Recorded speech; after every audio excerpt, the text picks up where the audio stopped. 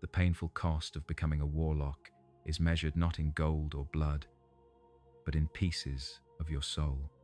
I sit alone now in my chamber, watching my reflection grow fainter in the mirror with each passing day. The candles no longer cast my shadow on the wall.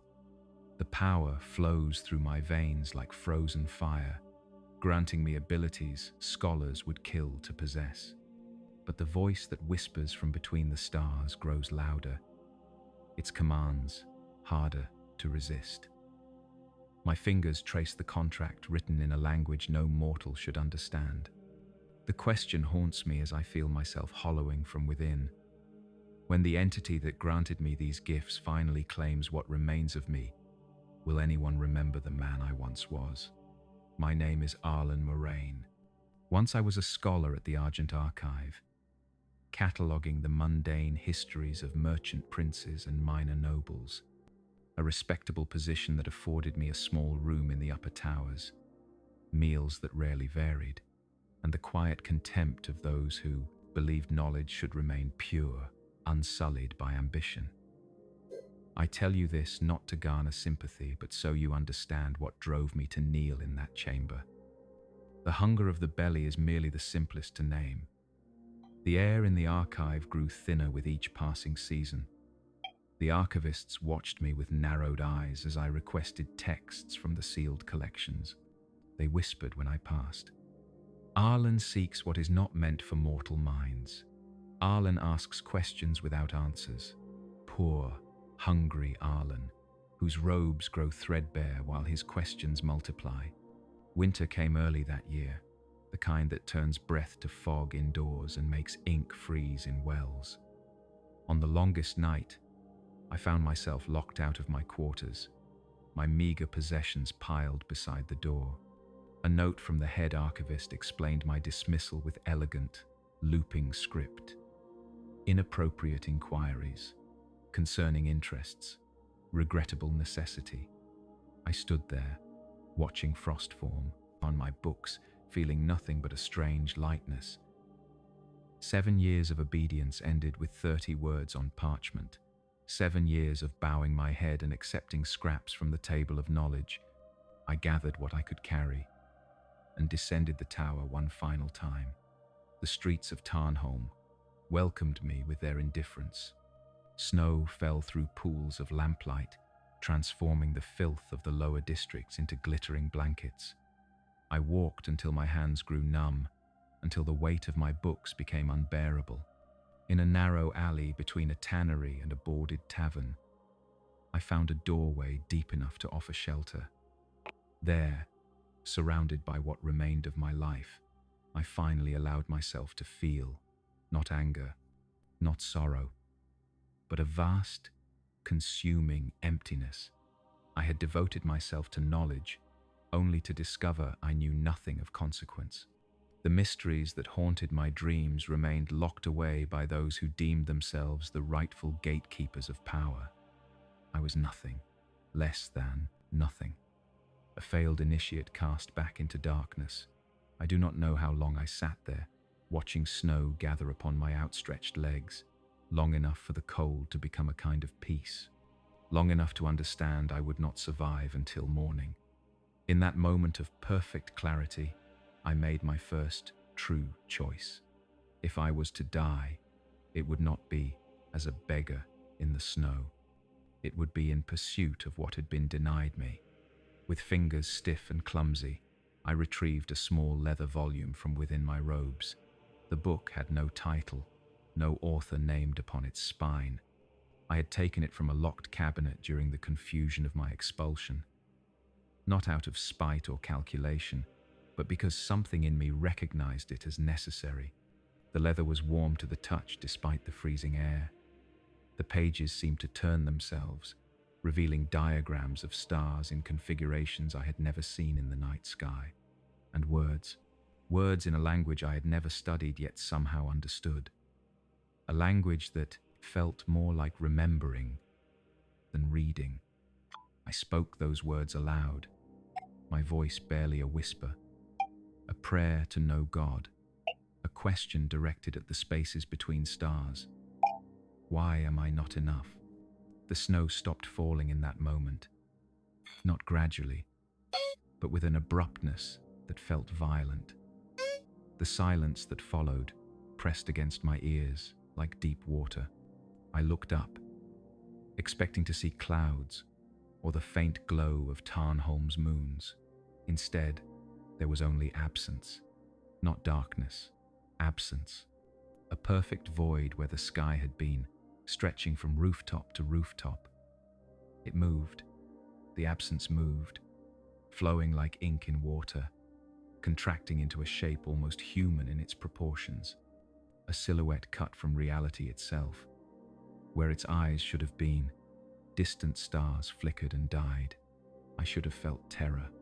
Any sane man would have screamed or fled or closed his eyes against such an impossibility. Instead, I felt recognition, as if I had always known this moment would come, as if I had been waiting. The figure spoke without sound, its words appearing directly in my thoughts. You seek what is hidden, not a question, an observation, cold and precise. I nodded, unable to look away from the constellation of dying stars within its form. Knowledge, I said. Understanding. The truth behind the veils they hang to keep us content with scraps. The void tilted what passed for its head, a gesture almost curious. Knowledge has a price. I have nothing left to give, I replied, gesturing at my pitiful collection of belongings.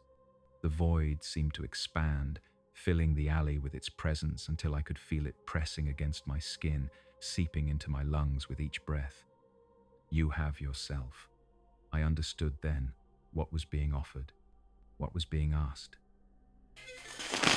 The scholars of the archive spoke of such pacts in whispers, warning initiates away from even theoretical study, to bind oneself to an entity beyond the mortal veil, to become a vessel, a conduit, a servant, in exchange for power. Warlock, they called such desperate souls, making the word itself sound like a curse. In that moment, with the void waiting for my answer, I felt no hesitation, only a hunger deeper than any I had known. Yes, I said simply, I offer myself. The void contracted suddenly, condensing into a stream of darkness that flowed toward me with terrible purpose. I did not close my eyes. I wanted to witness my transformation, to remember the moment when I chose to become something other than what fate had intended. The void poured into me through my eyes, my mouth, the very pores of my skin, cold beyond description, burning and freezing simultaneously. I felt it coiling within my chest, spreading through my veins like ink through water. My vision blurred, then sharpened to painful clarity. Colors I had no names for bloomed in the air around me. And knowledge, torrents of it flooding my mind. Secrets of flame and shadow, the true names of winds, the whispers of the dead, the geometries that lie beneath reality, waiting to be reshaped by those who understand their patterns. It was ecstasy and agony intertwined, too much for any mortal mind to contain, yet somehow I did not break. When it ended, I remained kneeling in the snow, outwardly unchanged. The alley looked as it had before. The sky had returned, stars obscured by clouds heavy with snow, yet nothing was the same. I was no longer the same.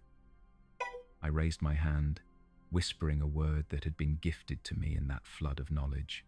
A tiny flame appeared above my palm, dancing in colors no fire should possess. Violet and green and a shade of blue so deep it hurt to look upon. The flame cast no shadows, consumed no air, yet radiated heat that drove away the killing cold. I laughed then, the sound strange in my ears, richer somehow, more resonant, the first laugh of my new existence. I closed my fist, extinguishing the flame, and rose to my feet. The hunger was gone, both the physical pangs that had accompanied me for weeks deeper yearning that had defined my years at the archive. In their place was something new, purpose, direction, power humming beneath my skin like a struck tuning fork. I gathered my books, no longer caring about their contents. Their knowledge was trivial compared to what now resided within me. Still, they were the anchors of my former life, reminders of the path that had led me to this transformation. As I turned to leave the alley, I heard it for the first time, a voice that was not a voice, a presence in the back of my mind, my patron, though I did not yet know to call it that. Seek the tower. The words came with an image, a tower of black stone rising from a forest of white trees, a place I had never seen, yet somehow recognized. Without hesitation, I began walking, leaving behind the city that had rejected me. That was the beginning. The moment when Arlen Moraine began to fade and something else took his place. Something hollowed out and filled with purpose, not entirely his own. If I had known then what awaited me, would I have chosen differently? I ask myself this in moments of clarity, becoming rarer with each passing day. The answer never changes. No, even knowing the cost, I would make the same choice. Power has a price. All that matters is whether you consider it worth paying. And I did. Gods help me. I did. The journey to the tower took 40 days. I walked roads unseen by ordinary travelers, paths that appeared beneath my feet, only to vanish behind me. The voice guided me, growing stronger with each passing day, sometimes offering direction, sometimes knowledge of the lands I passed through. More often, it simply watched through my eyes, assessing the world with cold curiosity. I required neither food nor rest, though habit occasionally led me to stop at roadside inns or accept meals offered by farmers wary of the pale traveler whose shadow never quite matched his movements. The power sustained me, filling my body with unnatural vitality. Sleep, when it came, brought visions of distant worlds and civilizations long forgotten. I would wake with new words of power on my lips, new understanding of my growing abilities. The first time I killed was on the 18th day. 3 bandits emerged from the underbrush as I crossed a stream. Ordinary men with ordinary weapons and hunger in their eyes. Once, I would have surrendered my possessions without resistance, grateful to escape with my life. That day, I felt only irritation at the interruption. "Your valuables," the leader demanded, pressing a rusted blade to my throat. "Quick now, before we lose patience." I met his gaze and saw fear bloom behind his eyes. What did he see in mine? What reflection of my patrons stared back at him? Before he could step away, I spoke a word that the void had taught me. The man erupted into flames, the color of sunset, not violet or green like the fire I had conjured in the alley, but ordinary fire that consumed in ordinary ways. His screams were very human. His companions fled into the forest, their terror a palpable thing that I could almost taste on the air. I watched him burn with clinical detachment. When his screams stopped, I continued on my way, stepping over the smoldering remains without a backward glance. The voice in my mind stirred, pleased by the demonstration. Good, just that. One word of approval that sent a shiver of pleasure through me. I should have been horrified by how easily I had taken a life, by how little it affected me. Instead, I felt only satisfaction at having successfully channeled the power granted to me. The man had threatened me. The consequence was justified. Simple as that. Later, I would understand this moment as another kind of transformation. The slow hollowing of compassion, of conscience. The gradual replacement of my humanity with something colder and more absolute. But in that moment, crossing the stream with the scent of burned flesh still in the air, I felt only the rightness of my path. The trees grew whiter as I traveled north, their bark bleached by some force I could not identify. Leaves, the color of bone, rustled overhead, though no wind stirred the air. Animals fled at my approach, sensing the wrongness I carried within me. Birds fell silent, their songs cut short as if sliced by a blade. The natural world recognized what I was becoming even before I fully understood it myself. On the 40th day, I crested a hill and saw it at last. The tower, black stone that drank the light, windowless and seamless. It rose impossibly high, vanishing into low clouds that circled its peak like worshippers. The white forest surrounded it, trees growing more densely as they approached the tower's base until they pressed against it like supplicants seeking blessing. My steps quickened, drawn by a compulsion I could not resist. The voice grew louder, more insistent. Home. Was it my home now? Or was the voice simply stating that we had reached its domain?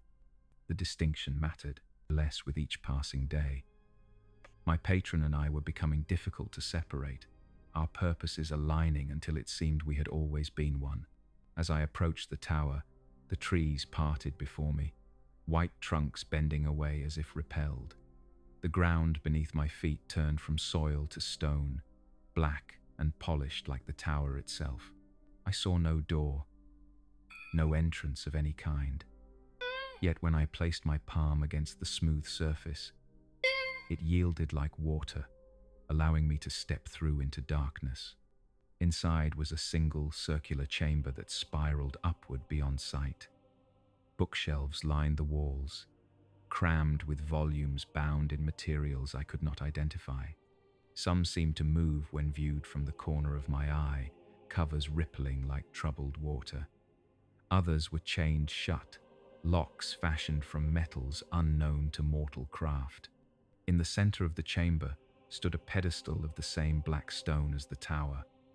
Upon it rested a book larger than any I had seen, its pages spread open to display script that crawled across the parchment.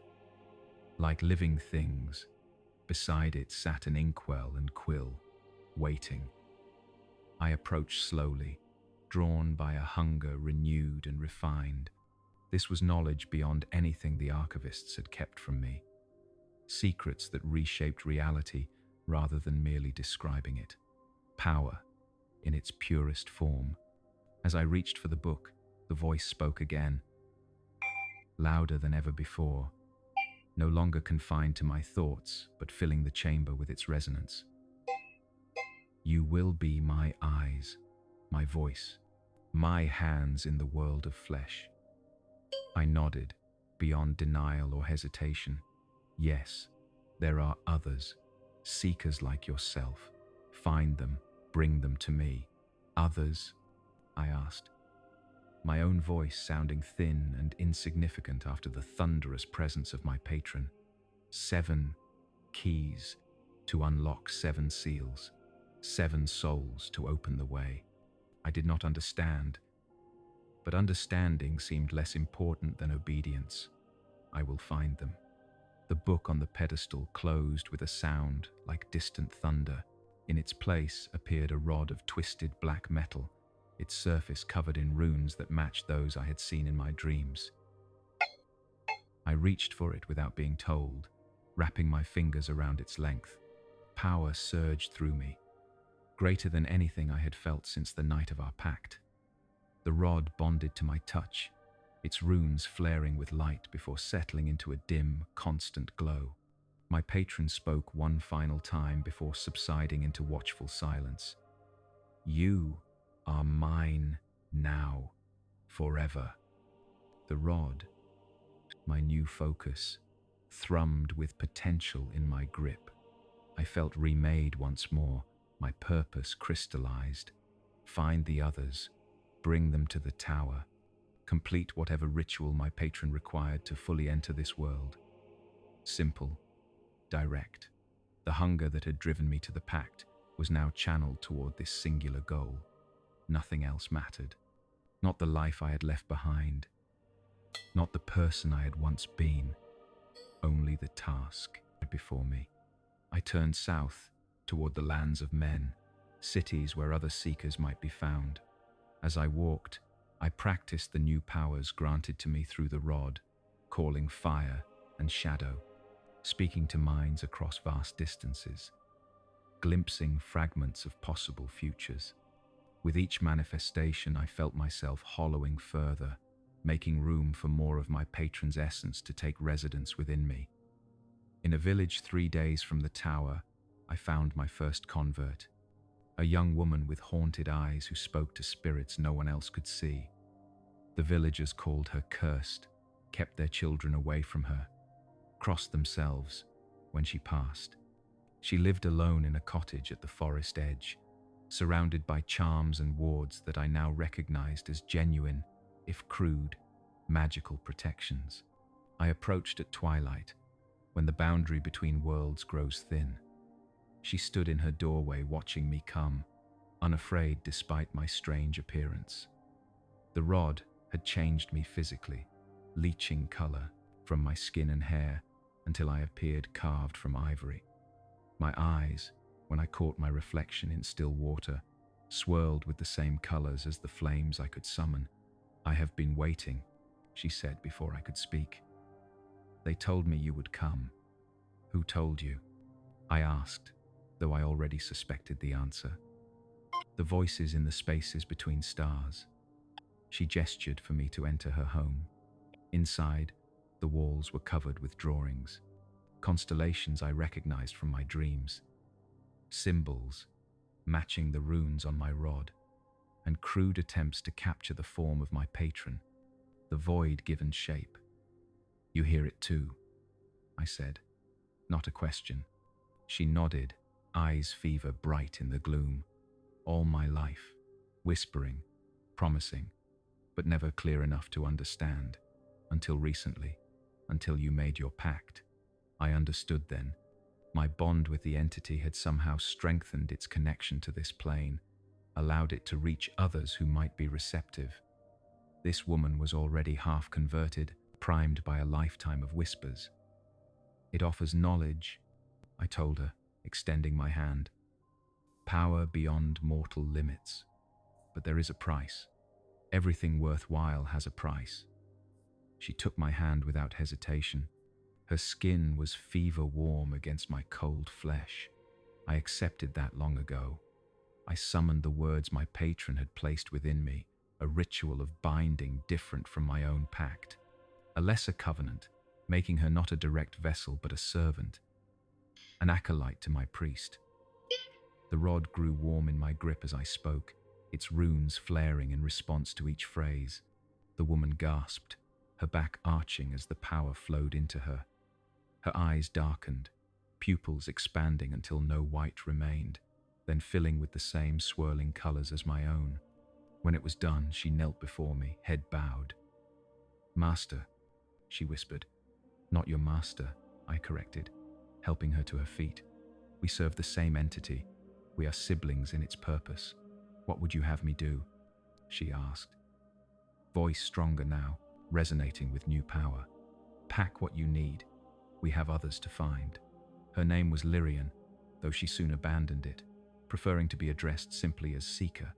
We traveled together for months, gathering more converts to our cause. A disgraced priest in a mountain temple, twin brothers who communicated without words, a battlefield surgeon whose patients never died but never quite seemed alive afterward. Each heard the whispers. Each accepted the pact when offered. With each conversion, I felt my patron grow stronger, its presence more constant in my thoughts. The rod changed as well, growing longer, the runes more deeply etched, the power it channeled more potent. I changed too. Food and drink became unnecessary, then intolerable. Sleep brought not rest, but visions that left me trembling and covered in sweat that shimmered with colors no human secretion should possess. My humanity was being replaced, cell by cell, thought by thought. The moments of clarity grew further apart, brief windows. Look back at what I had been, and forward to what I was becoming with something approaching objectivity. In those moments, I sometimes felt fear, not of my patron or the path I had chosen, but of the finality of the transformation. Soon, very soon, there would be no turning back, no remnant of Arlen Moraine to even contemplate regret. We gathered in an abandoned temple 6 months after I left the tower. 6 seekers, including myself. The 7th and final convert. A child who spoke with my patron's voice even before our arrival awaited us there. The temple had been dedicated to a god of light whose name had been deliberately chiseled from every inscription. Ironic that it would serve as the site of our ritual, our final offering to an entity of perfect darkness. The child sat at the altar, small legs dangling, watching us enter with ancient eyes, no more than 10 years old, yet containing a presence that made even my acolytes pause. When she spoke, the voice was not hers. "It is time." I approached the altar, rod in hand, its runes blazing now with barely contained power. The others formed a circle around us, each carrying a token they had been instructed to bring. A skull, a book bound in human skin, a dagger that wept blood, a mirror that showed only stars no matter where it was pointed, a chalice filled with what appeared to be liquid darkness, a crown of twisted metal that matched my rod. "We are ready," I said, speaking for all of us. "Show us the way." The child smiled, an expression too wide for her small face. "Kay, kneel." We obeyed as one, dropping to our knees on the cold stone floor. The child raised her hands and began to sing in a language that hurt to hear, syllables that twisted in the air and left after images like burning paper. As she sang, the tokens my acolytes carried rose from their hands, floating toward the center of our circle. The rod pulled from my grasp, joining the other objects. Together, they began to orbit an empty point in the air, moving faster and faster until they blurred into a ring of light. The temple darkened around us, shadows flowing like water toward that spinning circle. I felt my patron surging within me, pressing against the boundaries of my flesh, eager to emerge fully into this world. The same was happening to the others, their bodies trembling, faces contorted in ecstasy or agony or some combination beyond human categories. Gates through which something vast would enter. The child continued singing, her voice growing louder, resonating with the temple stones until they began to crack. The floating circle of artifacts contracted suddenly, objects merging into a single point of light so intense I had to close my eyes against it. Even then, I could see it, burning through eyelids and flesh and bone. Then silence, complete and absolute. I opened my eyes to find the temple transformed. The walls and ceiling were gone, replaced by that familiar void. The absence I had seen on the night of my pact now expanded to encompass everything. We knelt not on stone but on nothing, suspended in an emptiness filled with dying stars. The child was gone. In her place stood a figure composed of darkness deeper than the void around us. My patron, in its true form, massive beyond comprehension yet somehow contained within the circle we had formed. It extended what might have been limbs, touching each of my acolytes in turn. Where it touched, they changed, flesh becoming something else, neither solid nor liquid but a state between states. I watched without fear as they were unmade and remade. This was the culmination of our purpose, the moment when the 7 keys unlocked the 7 seals, when the entity we served would fully manifest in the world of flesh. Then it turned to me. Its attention was a physical force, pressing me further into the non-ground beneath my knees. It spoke, and this time the words did not appear in my mind but emerged from a mouth that opened in what passed for its face, a tear in reality that revealed only more void within. "You have served well, Arlen Moraine." The use of my name startled me. It had been so long since I had thought of myself that way. The name belonged to someone else, a hungry scholar who died in an alley one winter night. "I am yours," I replied. The only truth that mattered now. The entity seemed to expand, filling my vision entirely. The final key turns. It reached for me, darkness flowing over and into me, filling every space, erasing what remained of my original self. I felt my thoughts dissolving, replaced by something vaster and colder. My memories became distant, belonging to a creature I once inhabited rather than experiences I had lived. In that final moment of transition, as Arlen Moraine faded into oblivion and something new took his place, I understood the true nature of our pact. Not knowledge for service as I had believed, but consumption disguised as transformation. Patron had never wanted servants. It wanted vessels, empty shells to wear as it walked among mortals. The realization came too late to matter. I was already gone, hollowed out completely, filled with void and purpose not my own. The entity that had once been Arlen Moraine opened eyes that perceived beyond mortal limitations. Through 7 vessels it viewed the world it would now inhabit. Through 7 mouths it spoke its first words in this realm. "I am here," and the world trembled in response. I exist now in fragments, moments of awareness floating in an ocean of otherness. I catch glimpses of what my body does, controlled by the will of my patron. It walks among mortals, wearing my face, speaking with my voice. It gathers more followers, creates more partial vessels, extending its influence across kingdoms. Sometimes it allows me to surface briefly, a bubble of consciousness permitted to observe before being submerged again. A kindness? A cruelty? Perhaps it simply finds my reactions amusing.